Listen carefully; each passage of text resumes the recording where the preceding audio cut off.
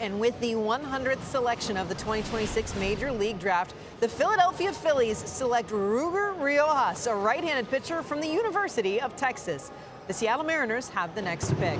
Yeah, the fun thing here is he actually throws from kind of two release points. He has a higher slot that sits around, you're pretty average, just like 5.9 release height or so. But he has a secondary slot that he'll drop to that's more like sinker-ish sweeper slider that he throws, let's say around, I think it was around like 8 to 10% of his total pitches, as generally using that against right-handed hitters to help with the angles and trying to messing them up inside. But you know, he's an interesting arm. We saw him, I think, a couple years ago at the Combine, and it's high floor. There's relative feel for spin. I love the fact that he's kind of being dynamic, and he's the athlete that's able to kind of mix slots. There's just not a lot of guys who can do that and do that confidently, so maybe the Phillies are kind of embracing that. There's enough strikes here as well. Senior signed too, I believe, right? Yeah, he actually turns 23 tomorrow, so maybe he's a quick mover.